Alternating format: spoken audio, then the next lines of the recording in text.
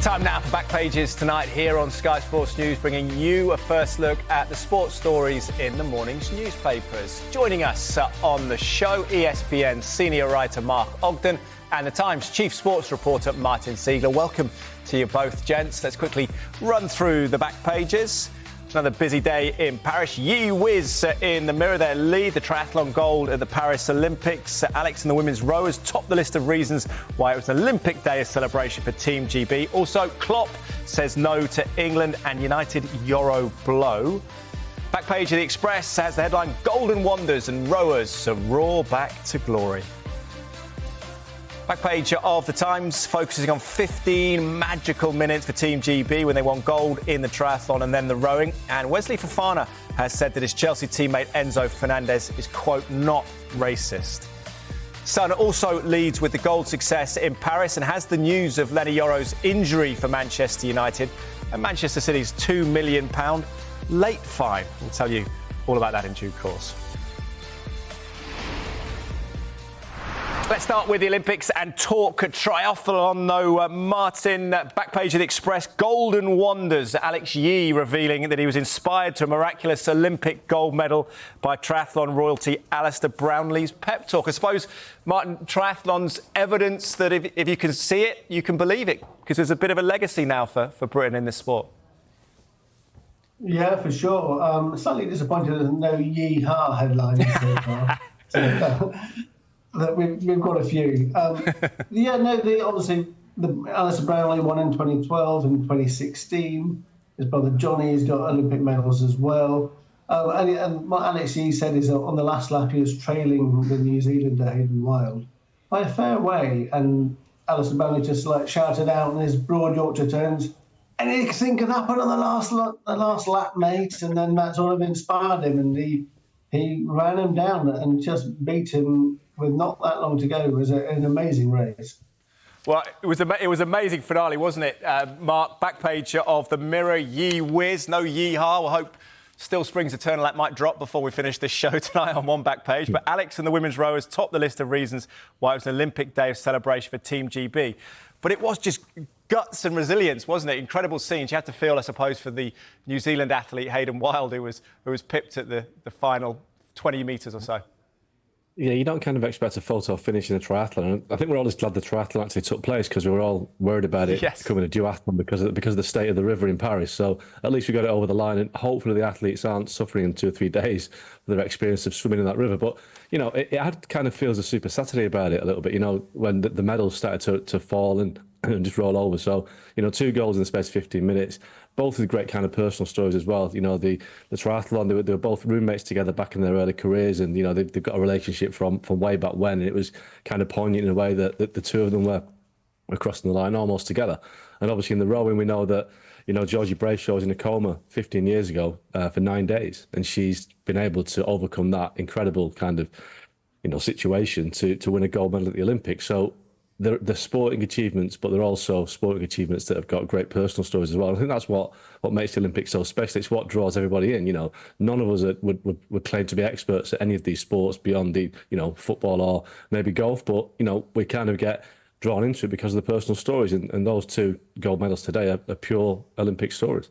I suppose, Martin, in a lot of the events we have to figure out the rules and the regulations first and foremost, don't we, and the objectives, but not so much in triathlon, where it's all about pure fitness and guts. I suppose it has to be up there in one of the sports that we perhaps most admire as couch potatoes watching it. Yeah, it's one of the newer Olympic sports, that's for sure.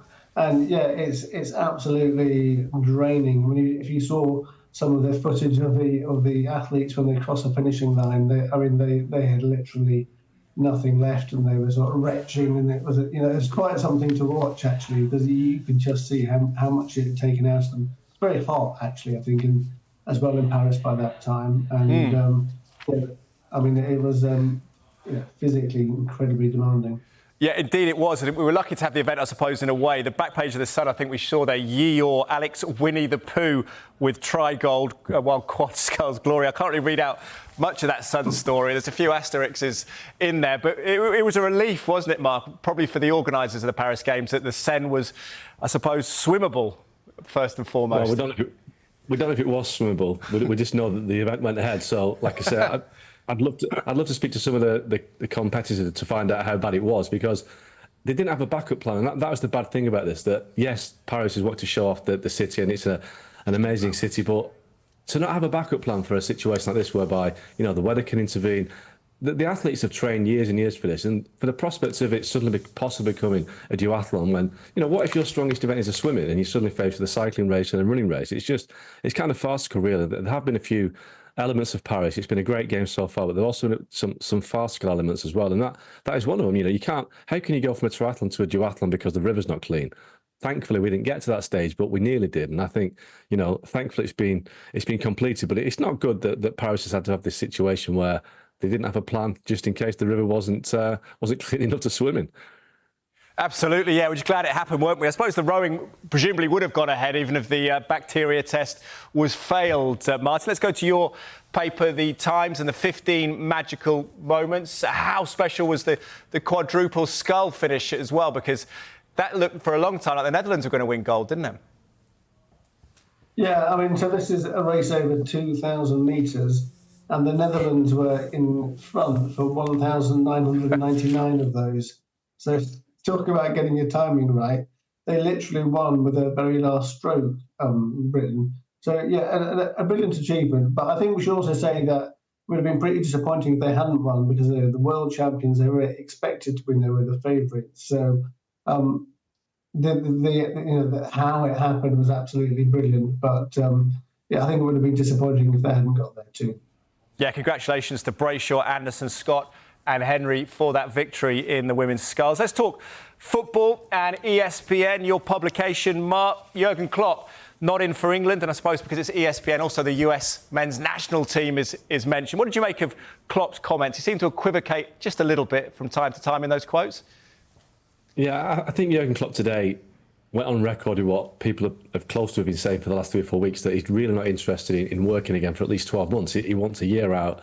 And even at the end of that year, he might not decide to coach again. There's a real chance that Jurgen Klopp will not be on the touchline again as a coach, which, will be a great shame, because he's one of the game's great personalities. But obviously, he's ruled himself out of imminent jobs. And that, I don't think he was ever a contender for the England job. I think it would have been great if he was. I think he'd be an absolute perfect fit for the England job, but it wasn't for him. The US job is slightly different because they host the World Cup in 2 years' time, and they actually made an approach, the US Soccer Federation, to try and persuade him to go over there, even if it's just for a short-term appointment. But he resisted that.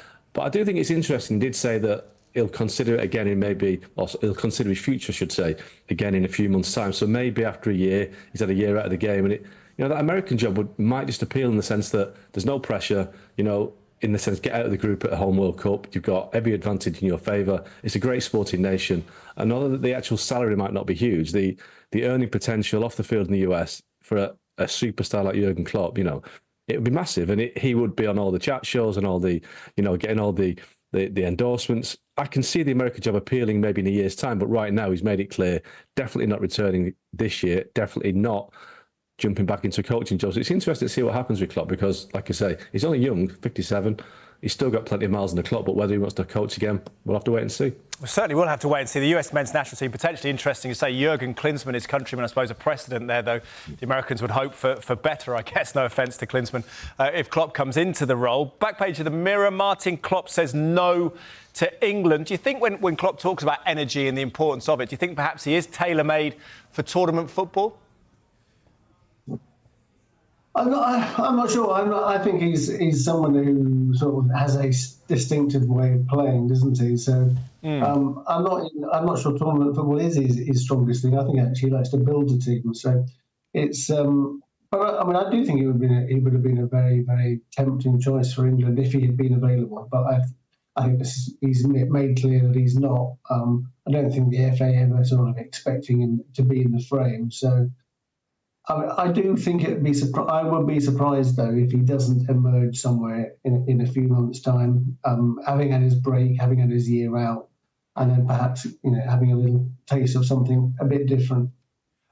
Mark, we've got to move on because obviously there's a lot to get through tonight. But quick thought on England: where do we stand? Where do you think it will end up landing?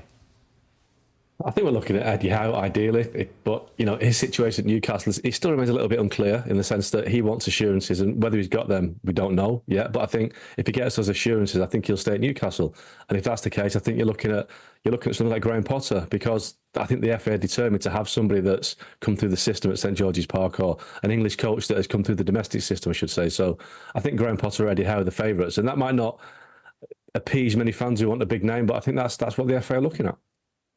Across the England job situation as it develops. So let's talk about a former England manager, Steve McClaren. McClaren joins the Reggae Boys, leaves Manchester United. Mark, a familiar patch for you. What did you make of this story when it broke this evening? I think it surprised everybody, to be honest. So, in fairness to Steve McClaren, he's kept well under the radar in the last 2 years at Man United. He was brought in by Eric Ten Hag as somebody familiar with the English game, but to tell me that he's taken the Jamaica job tonight, it was definitely not one that I was expecting, or many people were expecting. But, we do know that Steve McClaren it's unfortunate, really. He's remembered now for two things.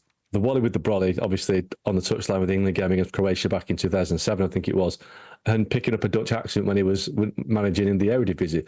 He's better than that. You ask any Man United player that worked with in 99 when they won the treble, they say he's one of the best coaches they've ever worked with. He won Middlesbrough's first trophy, but unfortunately, he's renowned for those two incidents. And I think going to Jamaica, he's not hiding to nothing, really. He either succeeds there or, it's a tricky one again. So I hope he succeeds. He's a good guy, Steve McClaren, but it's definitely one out of left field. I suppose, Martin, as well, as Mark references there, 25 years ago, Steve McClaren was a hot ticket. A lot of people talking about his coaching, and perhaps the England job was the wrong time for him. I guess candidates like Eddie Howe will consider that at the moment, as well as they're in those embryonic stages still of their career. Yeah, I think, Steve McClaren, when he became England manager, it was very much a sort of a succession, wasn't it?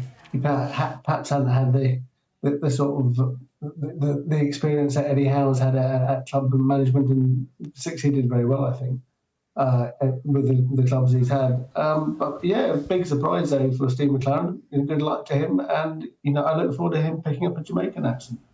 Watch this space. Wish him the best of luck with the Jamaican team as well. Let's talk Manchester United, though. Mark, a lot of optimism, I believe, about the summer transfers with Zirkzee and Lenny Yoro, but the young Frenchman struggling, it seems. Telegraph there, we've got the picture again, the same page, but Yoro with a boot and a crutches cannot always necessarily indicate anything too dramatic, but what's your understanding of his fitness and possible ramifications for United?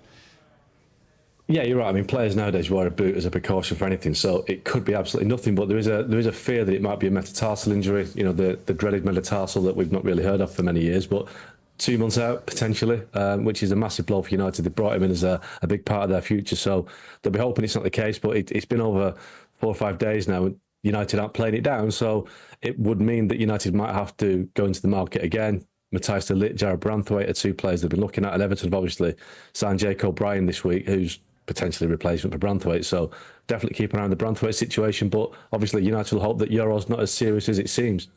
Absolutely. Martin, thank you very much for now. We're going to take a quick break. When we come back, we'll look at more of the back pages, including this in the Sun. Lake City, £2 million fine. We'll explain all about that story next.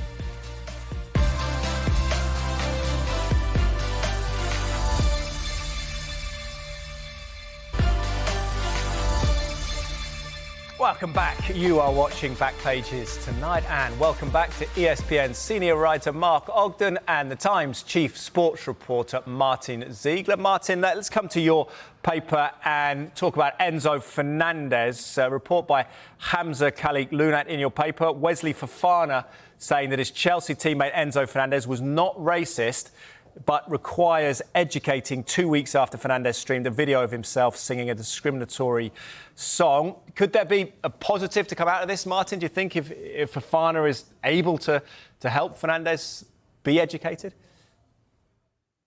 Yeah, I thought it was a very sort of magnanimous gesture by Wesley Fofana to come out and say that. Clearly, it upset a lot of players at Chelsea, that video, which was the victorious Argentina Copa America squad singing in a bus, a very sort of offensive song about French footballers and referring to some of their African heritage. So I think Fofana to come out and say this it's clearly like he's trying to sort of heal the wounds And it's actually him who sort of needed to do that in a way, because Fernandes had apologised, but it's whether that apology was accepted. So I think it's a very good point that he's made there, that education is needed, and particularly educating the Fernandes, so he actually knows how much he's upset his teammates. Indeed, yeah. Fofana at the time, Mark, referred to his uninhibited racism on social media, but has now accepted Fernandes' apology after face-to-face talks. How difficult a summer do you think it's been, though, for Enzo Maresca and Chelsea with this issue and trying to bed into a new club? Yeah, absolutely. Because, as we know, Chelsea is a club that has had a lot of upheaval, bit of chaos in the last couple of years, and this would not be what he wanted. He's one of his best players, one of his biggest players in this situation in Enzo Fernandez, and obviously Fofana's a big name as well. So it's an issue that he would not have wanted to deal with, and we don't know if it has been settled. I mean, I know Wesley Fofana's saying the right things, but only time will tell if it's caused any long-term issue within the camp. I know Reece James has been quite strong about it as well during the tour of the US. But, when we don't know if this is the end of it, will the Football Association intervene? We know in the past players like Bernardo Silva, Edinson Cavani have been banned by the FA for social media posts when they felt that they were kind of misinterpreted about the language. So will the FA look at Enzo Fernandez as part of this? We don't know yet. So it could rumble on, but obviously Maresca will want this to be resolved pretty quickly, because the season that's starting 2-3 weeks' time, and he's a new coach, and Chelsea coaches don't get a lot of time to succeed. So he doesn't need any distractions that he doesn't, that he couldn't deal with himself. Indeed, it's a demanding job. Let's talk about the new West Ham manager. Mark, quickly come to you, because West Ham in talks to sign Füllkrug and work on Wan-Bissaka deal. Again, this in the Telegraph once more. Sam Dean reporting that. Where can you tell us where they stand on Wan-Bissaka deal at the moment? Well, Wan-Bissaka, obviously, West Ham were looking to sign Mazraoui from Bayern Munich last week, and Mazraoui's holding out for United, which means that the next kind of player on the list is Aaron Wan-Bissaka. So in many ways, if West Ham do a deal for Wan-Bissaka, then it means United can do a deal for Mazraoui. But West Ham have been quite adventurous in the transfer market this year. Wan-Bissaka would be a good signing. Nicholas Füllkrug has had a great Euros for Germany this summer, a big, powerful centre forward. I think he'd be a great sign, a great Premier League player. And I think it's because, Julian Lopetegui's come in as coach, and they've got Tim Stuyton, who's the director of football, knows the German league well. So I think Füllkrug is the exciting signing for me from West Ham's point of view. I think Wan-Bissaka, proven Premier League player, but if I was a West Ham fan, I think Füllkrug is the player that I'd be excited about. Indeed, Martin. Do you echo those sentiments? Would you be excited about the Lopetegui era from what we've seen? Yeah, I think what West Ham fans really want is someone who's going to play attractive football, don't they? Because they've had success under David Moyes. They've done well, extremely well in Europe, but there's always been this sort of niggling feeling that they want this sort of the old West Ham way of playing. So I think Lopetegui, he can deliver that. I think, looking at his track record. And some of the signings that they're making, I think, is probably quite an exciting time if you're a West Ham fan. Indeed, Füllkrug 31, but he's one of those players, isn't he, that is a very physical striker, probably has a good few years in him. Let's stay with you, Martin, and just discuss Manchester City's tardiness. Back page of the Mail, City slapped with £2 million fine for late Premier League kickoffs. Jack Gorn reporting there. This is basic. Is this gamesmanship or just sloppy timekeeping? What do you make of this? Yeah, it's quite a lot of breaches. It's 22 breaches for late kickoffs or late restarts after half-time over 2 seasons. And we're talking about somewhere between 1 minute, 20 seconds up to 2 minutes, 45. Premier League, this really affects a relationship with their broadcasters, they say. And they're quite hot on it. It is quite surprising there have been so many. Crystal Palace a year ago were given a fine for 2 breaches, but for 22, it's a lot. It's £2 million also. It's a fairly heavy fine, and Man City have apologised. They've agreed to this. But I suppose the question is, are they doing this deliberately as a sort of tactic? Certainly the judgment of the Premier League case doesn't make clear whether that is suspected or not. Indeed, it's covered in the Sun as well, Mark. Late City £2 million fine. As Martin points out, City have admitted it, the fact they have no good reason for it. What would you speculate on the reasons? Would it be the psychology of making the other team wait in the middle, or would it be just that Pep Guardiola's got a fair bit to say pre-match and at half-time? I think it's a lack of respect, actually, to the opponents, because it's persistent offending, and there's so many occasions this has happened now that it's not just a one-off, it's not just a freak occurrence. This seems to be kind of orchestrated. It happens too often for it to be a one-off. So I think it's a bit of an arrogance on the City's part, like I said, lack of respect. And I think, if I was a City fan, I'd be a little bit concerned, because this is the Premier League showing some teeth here. £2 million for being late for a kickoff is quite strong. So we know that this season is probably going to have a 115 charges resolution to it. So if the Premier League are getting tough on this, then you do wonder what is down the line for City. City continue to protest their innocence, by the way, if they are found to have breached all these charges. So it is an interesting development by the Premier League to hit them so hard. Indeed, City denying those 115 allegations of financial breaches. That's a story no doubt we'll cover in the future. One we can cover for another few years is the Saudi Arabian World Cup. Martin, you're already ahead of the game, though. Tell us about this piece in the Times Online. A new 350-metre above-ground neon stadium. Yeah, Saudi Arabia have announced their full plan for the 2034 World Cup today. 11 out of 15 brand new stadiums. I think it must be the most expensive and biggest construction project ever for sport. And including this incredible idea of having a stadium with 350 metres in the air as part of this sort of futuristic city, with self-driven vehicles bringing fans there and high-speed lifts. I mean, it just sounds like something from Blade Runner. Indeed, Martin. A lot of people will call it sports washing, won't they? We've only got about a minute left. But do you think there'll be a return on this kind of financial outlay in terms of image and tourism? Is that the goal? Yeah, that's the goal for sure. Certainly in terms of the image. But it's a huge amount of money, and it's what sort of price you put on that. But they have enormous oil resources, so perhaps they can afford whatever it costs. They can afford it. And Mark, do you think it'll be a Winter World Cup, 2034? I'd be amazing. It's not a Winter World Cup. It does get very hot in Saudi Arabia in the summer, so I wouldn't want to be there in the summer. I wouldn't be there in a stadium that's suspended 300 feet above the ground. That doesn't really excite me too much. So, let's see what it looks like in reality rather than on paper. Yeah. Not one for people with vertigo. Mark, Martin, thank you very much for now. Appreciate your time.